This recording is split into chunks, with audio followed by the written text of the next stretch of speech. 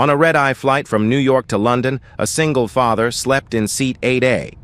To everyone around him, he was just another exhausted passenger who hadn't slept enough in days. Then the captain's voice cut through the cabin, urgent and unlike any routine announcement. If there are any combat pilots on board, please identify yourself immediately. The cabin froze. No one moved. The man in seat 8A opened his eyes and understood that the past he had buried to protect his daughter was calling his name. Why would a single dad be the one an entire flight was waiting for? 3 hours earlier, Michael Turner had boarded Air Atlantic Flight 447 with nothing but a carry-on bag, and the kind of exhaustion that comes from being both father and foundation to a 7-year-old girl. He found seat 8A without looking at anyone, slid into the aisle seat, and let his head fall back against the headrest. The young man beside him wore headphones and didn't look up. That suited Michael fine. He wasn't looking for conversation. He was looking for sleep. The flight attendants moved through their safety demonstration while Michael closed his eyes. He had made this trip twice a year since taking the software engineering job in Portland, flying to New York for client meetings he could have handled over video calls. But the company insisted on FaceTime, and Michael needed the paycheck more than he needed to argue. So he took the red eyes, slept when he could, and got home to Maya as fast as possible. Sleep came quickly. The hum of the engines became white noise and the cabin lights dimmed, and Michael Turner disappeared into dreams he would rather not have. In the dream, he was back in the cockpit of an F-16. The sky around him dark except for the glow of his instruments. His call sign crackled through the headset. Falcon. They had given him that name during his second year of flight school, back when he still believed he would do this forever. He had worked twice as hard to earn his wings a black pilot in a world where faces like his were still too rare in the cockpit. The stick felt right in his hands the way it always had, like an extension of his own body. Then Maya's voice cut through the radio static, small and worried. "Daddy, are you coming home?" The cockpit dissolved. He was standing in their living room in Portland, still wearing his flight suit, and Maya stood in the doorway in her pajamas. She was 4 years old in this memory. It was the night he had told her he was leaving the Air Force. "I'm coming home, sweetheart," he had said, "and I'm staying home." Maya had looked at him with those wide, serious eyes. "Promise. I promise." He woke to the sound of the captain's voice, not the calm, rehearsed tone of standard announcements. This was clipped tight, the kind of voice that makes people sit up straighter. "Ladies and gentlemen, this is Captain Williams. We are experiencing a technical situation that requires immediate attention. If there are any military pilots on board, particularly fighter pilots with experience in manual flight under extreme conditions, please identify yourself to a flight attendant immediately." Around him, passengers were looking at each other, murmuring. The young man next to him pulled off his headphones and leaned toward the aisle, craning to see if anyone was standing. No one was. The murmurs grew louder. Someone 3 rows back said, "What kind of technical situation?" Michael sat very still. He knew what that announcement meant. He had heard enough emergency calls in his 12 years of service to recognize the controlled panic underneath the captain's words. This was not a drill. This was the kind of request you only make when something has gone very, very wrong. His first thought was Maya. She was home with Mrs. Patterson, the neighbor who watched her when he traveled. She would be asleep by now, her braids spread across the pillow, her nightlight casting soft shadows on the wall, her stuffed rabbit tucked under one arm. If this plane went down, she would wake up tomorrow and find out her father was gone. His second thought was that he could help. 12 years flying F-16s, hundreds of hours in conditions that would ground commercial pilots. He had landed on aircraft carriers in storms, navigated equipment failures at 30,000 FT, brought damaged birds home when everyone on the radio told him to eject. He was trained for chaos.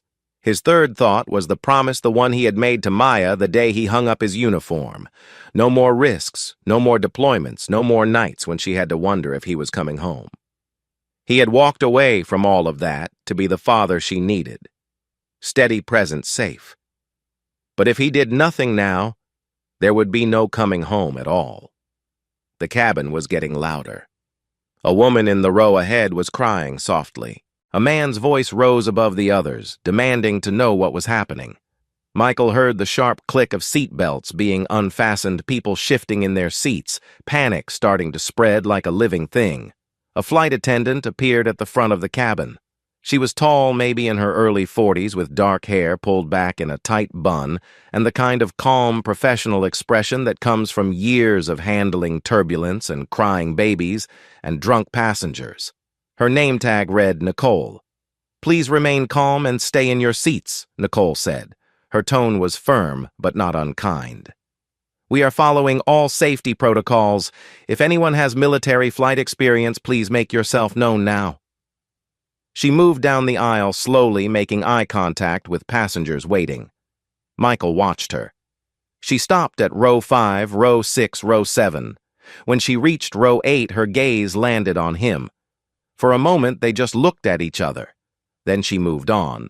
In his mind, he saw two images side by side. Maya, asleep in her bed. Maya at a funeral too young to understand why her father was never coming back. He stood up.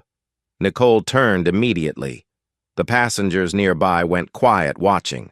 Michael stepped into the aisle and moved toward her. "I was a fighter pilot," he said quietly. "F-16's 12 years. Nicole's gaze swept over him. He knew what she was seeing. A tall black man in a wrinkled hoodie and jeans, unshaven, dark circles under his eyes. No uniform, no credentials, nothing to prove he was anything other than a tired passenger who maybe watched too many movies. "You're saying you're military?" she asked, her tone neutral. "I was," Michael said. "I retired 3 years ago. Do you have any identification? Anything that proves your service?" Michael shook his head. "I didn't bring my military ID. I haven't carried it since I got out. Sir, I need you to understand something.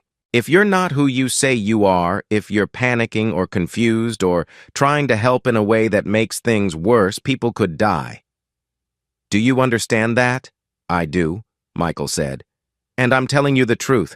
I flew F-16s for 12 years. I know what I'm doing." Before Nicole could respond, a voice came from behind Michael. "Let me talk to him." A man stood up from seat 9C, broad-shouldered and gray-haired, with the kind of posture that never fully leaves someone who spent time in uniform. "I'm Robert Hayes," the man said. "Former Army, did some joint ops with Air Force pilots back in the day." He crossed his arms. "If you're legit, you'll be able to answer a few questions." Robert didn't waste time. "What fighter did you fly, F-16 Viper? How many flight hours? Just over 2,000. What squadron? 56 Fighter Wing Luke, Air Force Base. Tell me 3 emergency procedures for hydraulic failure." Michael's answer came without hesitation. "Activate the emergency power unit. Switch to manual reversion mode. If both systems fail, use differential thrust from the engines to maintain directional control." Robert studied him for a long moment. Then he turned to Nicole. "He knows what he's talking about. That's not something you learned from Google." Nicole looked between them, weighing risk against risk, doubt against desperation. Finally, she nodded once, sharp and decisive. "Come with me," she said. Michael followed her toward the front of the plane. The other passengers watched in silence. He heard whispers starting up behind him, speculation and fear blending together. Someone asked if he was really a pilot. A child's voice asked, "Mommy, is the plane going to crash?" As they approached the cockpit door, Nicole stopped and turned to face him. "I'm taking you up there because we don't have another option," she said quietly. "But if you do anything, and I mean anything that puts this flight in more danger, I will remove you myself." "Understood." "Understood," Michael said. Nicole knocked twice on the cockpit door, then pressed the intercom. "It's Nicole. I'm bringing someone in." The door unlocked with a soft click. Nicole pushed it open and stepped inside. Michael followed. The cockpit was small, cramped, lit by the glow of dozens of instruments and screens. Captain Williams sat in the left seat, slumped slightly to one side, his face pale and sheened with sweat. A woman in a white coat knelt beside him, checking his pulse. "Dr. Angela Mitchell," she said quickly. "He's had a stroke. Mild, I think, but he can't fly." In the right seat, First Officer Jenkins gripped the controls with both hands. He was younger than Michael had expected, maybe late 20s, and his knuckles were white against the yoke. When he glanced back, Michael saw fear in his expression, poorly hidden. "Who's this?" Jenkins asked. "He says he's a fighter pilot," Nicole said. "Former Air Force." Jenkins's gaze snapped to Michael. "Can you fly this?" Michael stepped closer, already scanning the instrument panel. Warning lights blinked in a pattern he recognized. The autopilot display showed a red X. The hydraulic pressure gauges were dropping. He could feel the slight yaw in the plane's attitude, the way Jenkins was compensating with manual inputs. "Your fly-by-wire system failed," Michael said. "You're in manual reversion mode." Jenkins's eyes widened. "How did you know that bank angle is 23° off-center? Airspeed is down 8 knots from optimal. You're correcting by hand." Michael looked at the hydraulic indicators. "And you're losing pressure in both systems. How long has it been like this?"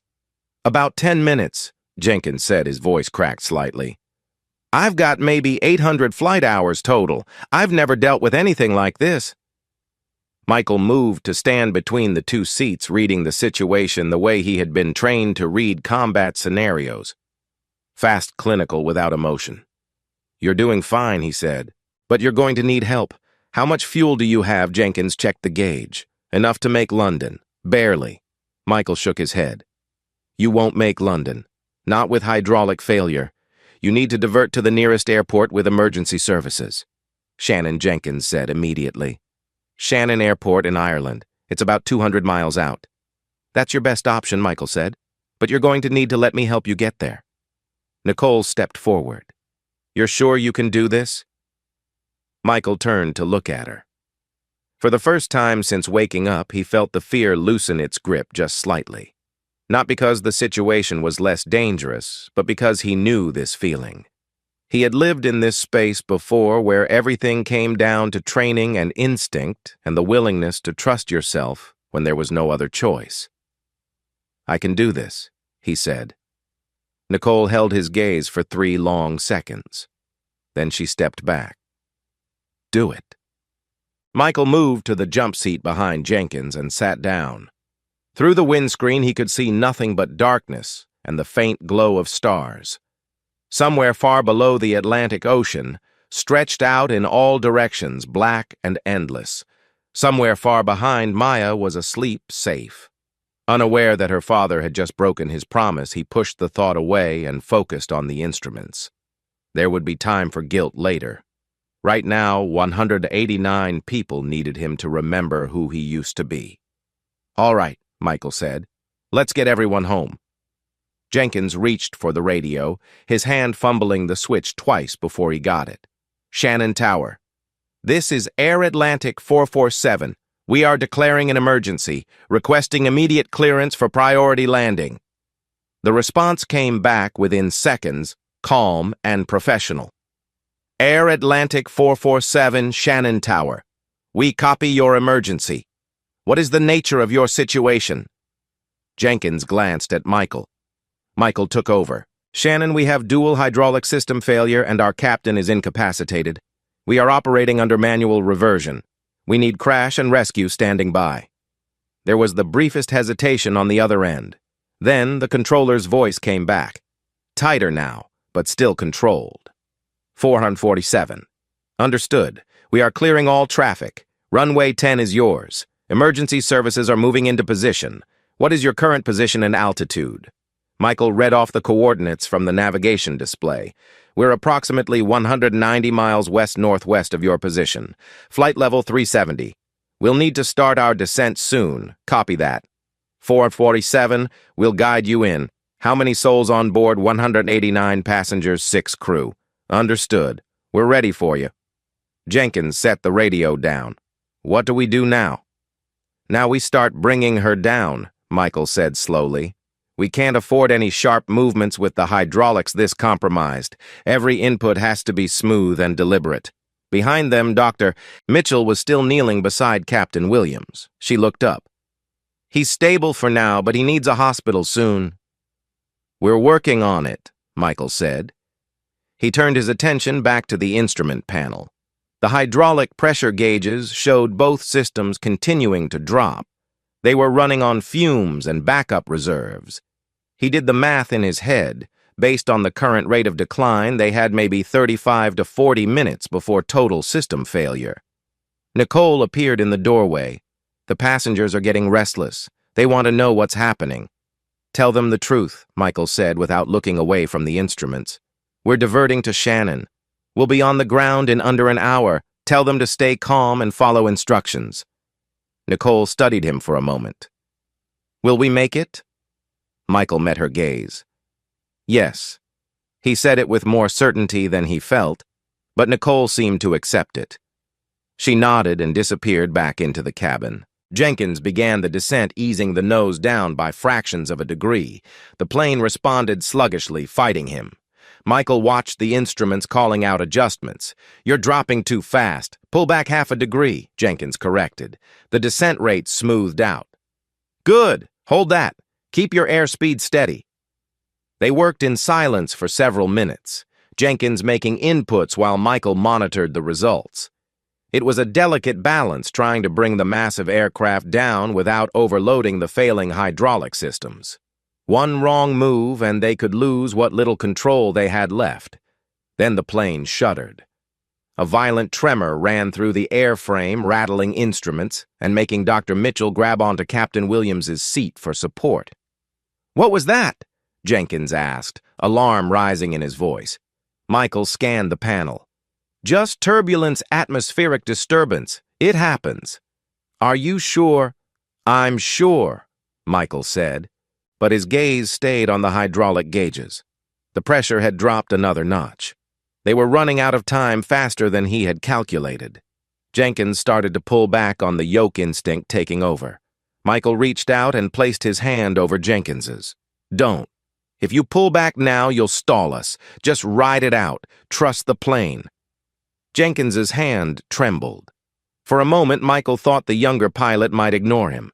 Then Jenkins forced himself to relax, keeping the yoke steady. The turbulence passed.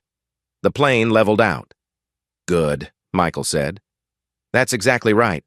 Jenkins let out a shaky breath. "I've never been this scared in my life."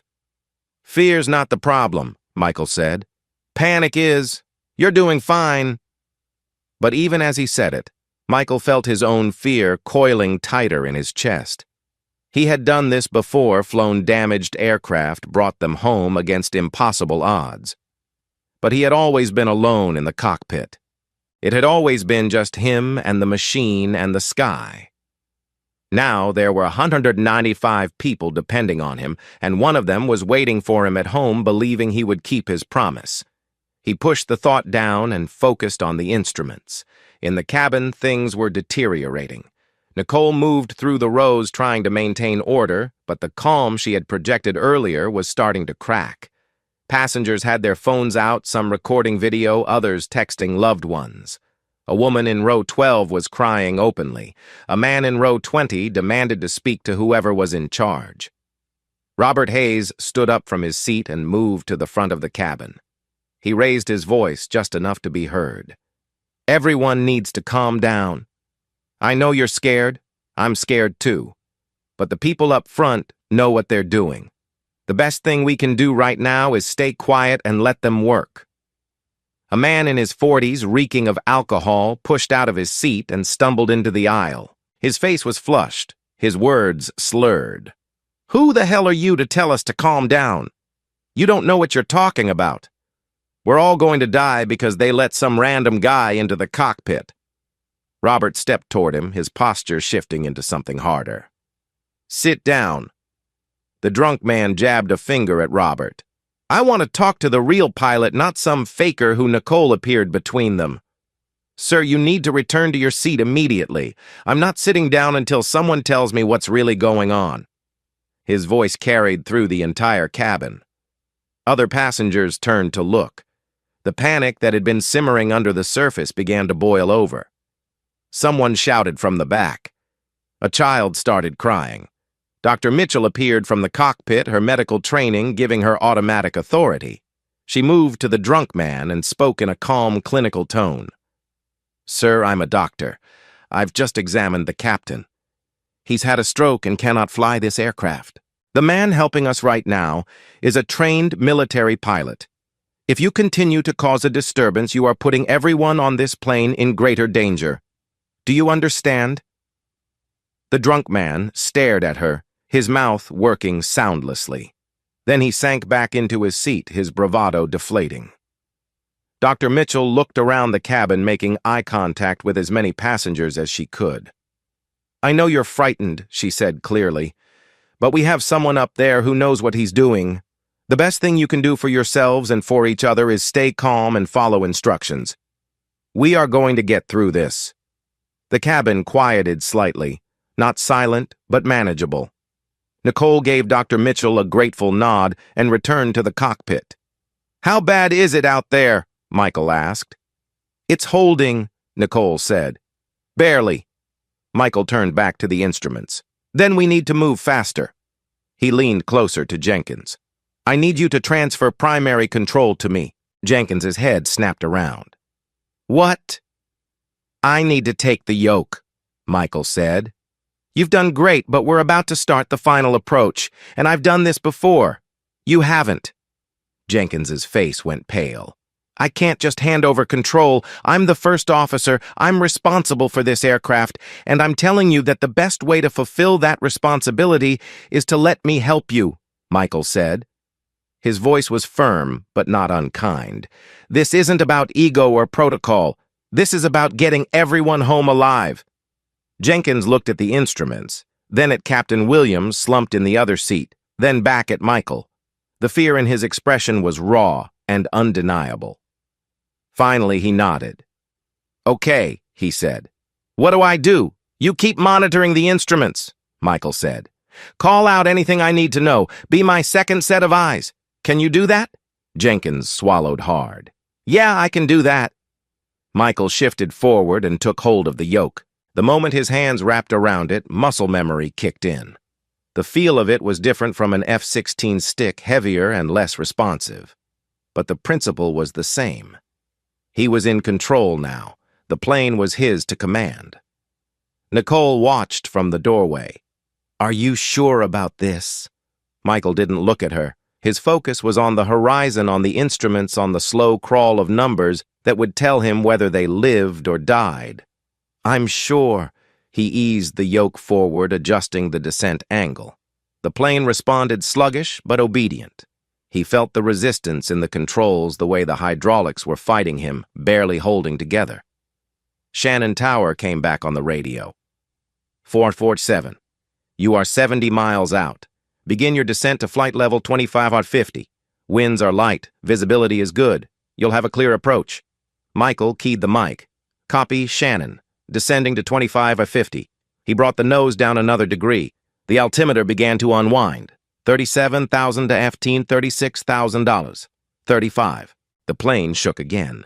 A long, rolling vibration that rattled through the floor. Hydraulic pressure just dropped again. Jenkins said, "We're down to 15% on System 1. System 2 is at 10. Michael's jaw set. They were losing it faster than he had hoped. "How much longer can we maintain control?" Jenkins checked the readouts. Maybe 20 minutes, maybe less. 20 minutes. Shannon was still roughly 35 minutes out at their current speed. The math didn't work. Michael's mind raced, calculating alternatives, running through scenarios. They could increase their descent rate, get down faster, but that would put more strain on the hydraulics. There was no good option, only less bad ones. Michael made his choice. "We're going to have to come in faster and steeper than normal. It's going to be rough, but it's the only way." Jenkins's voice cracked. "How rough?" "Rough enough that everyone needs to be strapped in tight." Nicole was already moving. She stepped back into the cabin and raised her voice. "Everyone listen to me. We are beginning our descent."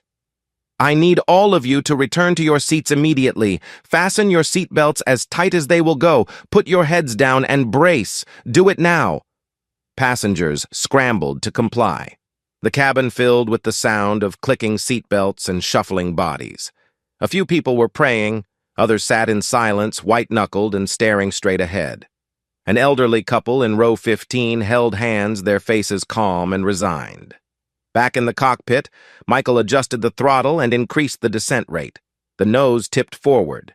The airspeed climbed. The altimeter spun faster. $25,000, EFTA $20,000. 15. Hydraulic pressure at 8%. Jenkins said his voice was steady now, focused. Fear was still there, but it had been pushed aside by something stronger. Discipline. Training. Michael's hands moved over the controls with practiced precision. He had done this 1,000 times in his mind in simulators in the sky over deserts and oceans and mountains. The specifics were different, but the principle was the same. Stay calm. Trust your training. Fly the plane. The radio crackled. 447 Shannon Tower. You are 20 miles out. We have you on radar. Maintain current heading. You are cleared for emergency landing on runway 10. Copy Shannon, 20 miles out. Michael could see lights now faint and distant glowing against the darkness. Ireland, the coastline. Somewhere down there, people were waiting with fire trucks and ambulances and prayers. Hydraulic pressure at 5%. "We're going to lose it," Jenkins said. "Not yet," Michael said. "Just hold on a little longer." The plane bucked hard, a sudden violent jolt that threw Dr. Mitchell against the bulkhead. She caught herself and steadied Captain Williams, who groaned softly. Michael fought the yoke, forcing the nose back down, keeping them on course. 4%, Jenkins said. Michael didn't respond. His entire focus was on the lights ahead, growing larger, brighter. The runway was out there. He just had to reach it. 3%. The plane was shaking now, a continuous tremor that rattled teeth and blurred vision. Sweat ran down his face. In his mind, he saw Maya's face, heard her voice. "Daddy, are you coming home 2%?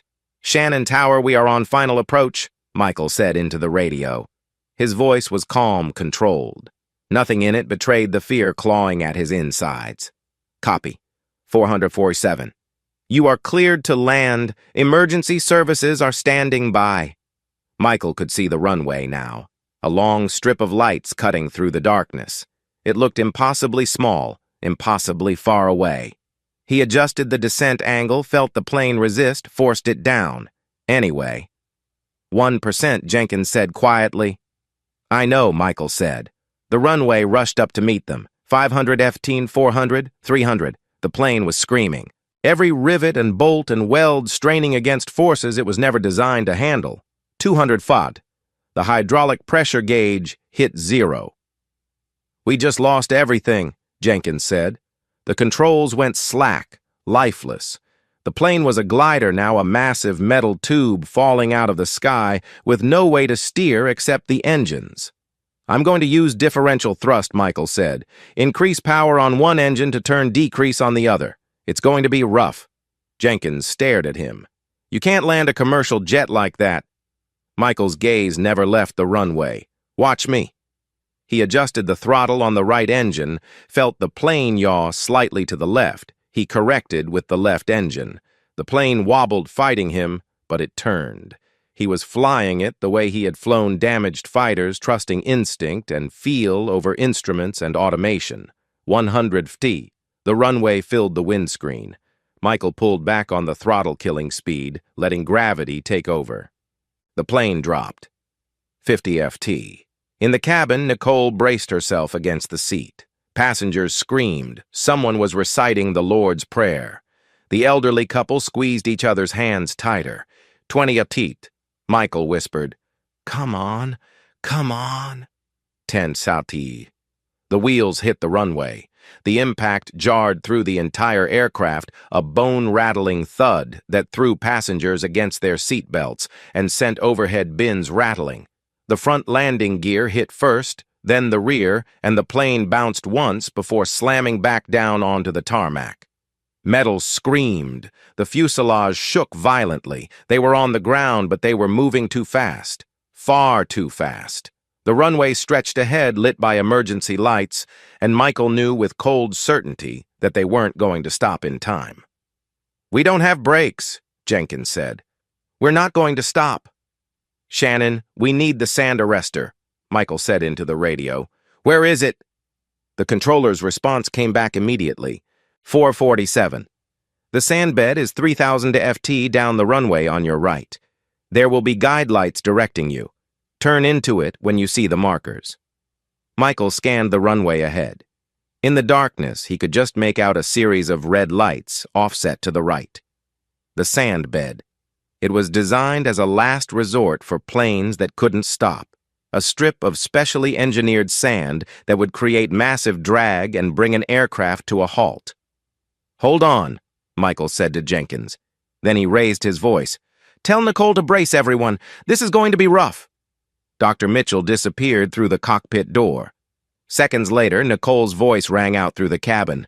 "Brace positions now, heads down. Do not lift your heads until we have stopped moving." Michael adjusted the throttle, increasing power to the left engine while cutting the right. The plane began to veer right, sluggish and unwilling. He pushed harder, demanding more from engines that were never meant to be used for steering. The nose swung slowly toward the red lights. The runway blurred beneath them. Michael could see the sand bed now, a darker strip against the concrete positioned at an angle to catch planes that overshot. He cut power to both engines, completely feeling the plane slow slightly, but nowhere near enough. "We're not going to make the turn," Jenkins said. "Yes, we are," Michael said. He maxed out the left engine one more time, felt the plane shudder and twist. The nose came around, pointing directly at the sand bed. Then he killed the engines entirely and let physics take over. The front wheels hit the sand and the world exploded into noise. The deceleration was instant and brutal, like hitting a wall made of concrete. The plane lurched forward, throwing everyone against their restraints. In the cabin, passengers screamed. Metal groaned. Michael braced himself against the instrument panel as the cockpit pitched forward. Beside him, Jenkins was thrown against his harness, gasping. The plane skewed sideways, the fuselage twisting as the sand grabbed unevenly at the wheels. For one terrible moment, Michael thought they were going to flip. Then the resistance evened out and the plane straightened. They slowed, slower, slower, and then they stopped. The silence was deafening for several seconds. No one moved. No one spoke. Michael's hands were still locked on the yoke knuckles, white tendons standing out like cables. He forced himself to breathe, to let go, to look around. Jenkins was staring straight ahead, his face bloodless. "We're down," he said, as if he couldn't quite believe it. "We're actually down." Michael leaned back in the jump seat. His entire body was shaking. Adrenaline dumped through his system, leaving him weak and hollow. Behind him, Dr. Mitchell let out a long breath. "That was the single most terrifying experience of my life." Michael turned to look at her. "How's the captain?" She checked Captain Williams's pulse, his breathing. "Still stable. He needs a hospital, but he's going to be okay." Through the cockpit door, Michael could hear the cabin erupting. People were crying, shouting, laughing. The sound was chaotic and joyful and relieved all at once. Jenkins unbuckled his harness with trembling hands. He turned to Michael. "You just saved 195 lives." Michael shook his head. "We saved them. You kept us in the air when it mattered." Jenkins reached out and gripped Michael's shoulder. "Thank you." The cockpit door opened fully and Nicole stepped inside. Her professional composure had cracked. Tears streaked her face, though her expression remained controlled. She looked at Michael for a long moment, then nodded once. "You did it," she said quietly. Michael stood up on legs that felt like water. "We all did." Outside the windows, emergency vehicles were converging on the plane, their lights painting the darkness in flashes of red and white. Firefighters in protective gear surrounded the aircraft. Paramedics wheeled gurneys across the tarmac. The rear door opened, and the emergency slides deployed with a hiss of compressed air. Nicole moved back into the cabin to begin the evacuation. Michael followed her. Passengers were standing now, gathering their belongings, helping each other toward the exits. Many were still crying. Some were on their phones calling loved ones. Dr. Mitchell went to Captain Williams, coordinating with the paramedics who had boarded to stabilize him for transport. Robert Hayes stood near the front, directing traffic, making sure the elderly and families with children got out first. When he saw Michael, he crossed the aisle and extended his hand. "Hell of a job," Robert said. "I mean that." Michael shook his hand. "Thanks for backing me up." Robert smiled grimly. "I'm a journalist. I'm going to write about this." "Fair warning. Leave my name out of it," Michael said. Robert studied him. "Too late for that, friend. The whole internet already knows who you are." Michael moved past Robert toward the exit, but passengers kept stopping him. A young mother with a baby pressed his hand and whispered, "Thank you." An older man clapped him on the shoulder and said, "You're a hero, son." The elderly couple smiled at him through their tears. "We're going to see our grandson," the woman said, "because of you." Michael felt something break inside his chest. He nodded, unable to speak, and kept moving. The drunk man from earlier was slumped in his seat, sober now, and pale. When Michael passed, the man looked up. "I'm sorry," he said, "for what I said. I was scared." Michael stopped. "It's okay." We all were. At the exit, Nicole stood by the door, helping people onto the slide. When she saw Michael approaching, she stepped aside. "You should go first." Michael shook his head. "You're the senior crew. This is your plane." Nicole's expression softened. "Not anymore, it's not." She gestured for him to go. Michael stepped to the doorway and looked down at the slide, the ground below the emergency workers waiting. Then he sat down and pushed off. The slide was fast and steep. He hit the ground and stumbled, caught himself, and walked away from the plane. The night air was cold and damp, tasting of ocean salt and jet fuel. He kept walking until he was clear of the emergency vehicles, then stopped and turned to look back. The plane sat half buried in the sandbed, listing slightly to one side, its engines silent and dark. Debris was scattered around it. Emergency crews swarmed over it, and down the slides came passengers, one after another, stumbling onto Irish soil and into the arms of waiting medics. Michael watched them and thought about Maya, about the promise he had made, and broken about the person he had tried to stop being, and the person he had just become again, if only for a few hours. A voice behind him said, "You look like you could use a minute." He turned. Nicole stood a few feet away, her arms wrapped around herself against the cold. The professional mask was completely gone now. She looked exhausted and raw and human. "Are you okay?" she asked. Michael wasn't sure how to answer that. "I don't know." Nicole moved to stand beside him, both of them watching the evacuation continue.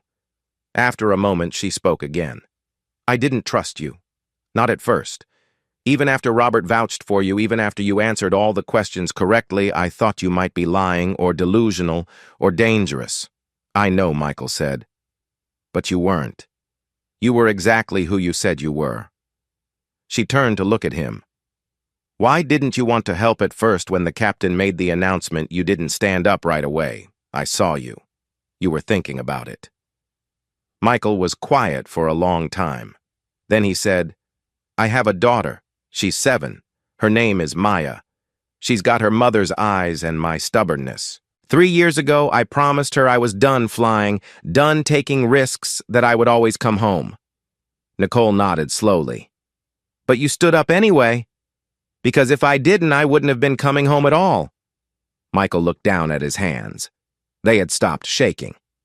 "I spent 12 years flying missions where every takeoff could have been the last time I saw my kid. I walked away from that because I didn't want her growing up afraid every time I left the house. And tonight I did the one thing I swore I wouldn't do." Nicole was quiet. Then she said, "Your daughter is going to hear about this. Someone on that plane recorded video. It's probably already online. She's going to know what you did." Michael felt his throat tighten. "Yeah." And when she finds out, she's going to know her father is someone who keeps his promises. Nicole's voice was soft but firm. You promised her you'd come home. And you did. You just made sure 188 other people could make the same promise to their families. Michael didn't respond. He couldn't. Behind them, the last of the passengers were sliding down to safety. Emergency crews were beginning to secure the aircraft. Somewhere in the distance, ambulances were pulling away, carrying Captain Williams and a few passengers who needed medical attention. Nicole touched his arm lightly. Thank you, Michael, for trusting us, for letting me trust you. She walked away back toward the other crew members who were being gathered for debriefing. Michael stood alone in the cold Irish night and pulled out his phone. He had turned it off before takeoff. Airline policy. Now he powered it on and waited for it to connect. 12 missed calls, 23 text messages, all from Mrs. Patterson. He dialed her number. She answered on the first ring. Michael. Oh my God. Are you okay? I saw the news. I saw what happened. Maya doesn't know. I didn't want to wake her. Michael closed his eyes. I'm fine. Everyone's fine. Is Maya asleep? Yes. She went down at 8 like always. Michael, they're saying you landed the plane. They're saying you saved everyone. I need you to do me a favor, Michael said. Don't tell Maya about any of this. Not yet. Let me tell her when I get home. Mrs. Patterson's voice softened. Of course. When will you be back? I don't know. Soon. There's going to be debriefing, probably some interviews, but I'll be back as soon as I can. She'll be so proud of you. He ended the call and stood in the darkness, watching the emergency lights flash across the broken plane. In a few hours, the sun would rise over Ireland. In a few days, he would be home, and he would have to look his daughter in the eye and explain why her father was all over the news for doing the one thing he had promised never to do again. But that was a problem for later. Right now, he was just grateful to be alive.